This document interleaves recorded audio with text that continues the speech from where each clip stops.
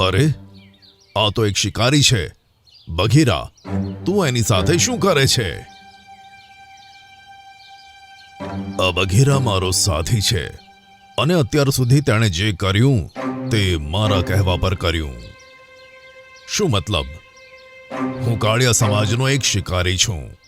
મારા પિતાએ એક યંત્રનો આવિષ્કાર કર્યો જેમાં એક જ વારમાં 5 શિકાર થતા હતા. એની મદદથી તેમણે ઘણા શિકાર કર્યા અને તે સમયે જંગલના બધા જાનવર હેરાન હતા. તેમને રોકવું લગભગ અશક્ય હતું. ત્યારે એમના આતંકથી પરેશાન થઈને એક સિદ્ધ બાબા તાંત્રિક ભાલુનાથે બતાવ્યું હતું કે અમારા સમાજ પર એક શ્રાપ લાગેલો છે. અમારા સમાજના શિકારીઓને સારસ ખૂબ જ આસાનીથી મારી શકે છે. અને પછી મિંકુ સારસના પિતાએ મારા પિતાને માર્યા અને ત્યારથી જ એ યંત્રને તે ગુફાની અંદર રાખવામાં આવ્યું છે, જેની ચોકી પહેલા મિંકુના પિતા કરતા હતા અને હવે મિંકુ સારસ કરે છે.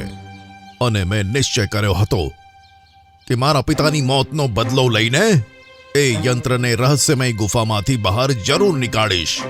આ સાંભળી બધા જાનવર હેરાનીથી એકબીજાનું મોઢું જોવા લાગ્યા. એમના ડરની હવે કોઈ સીમા ન હતી.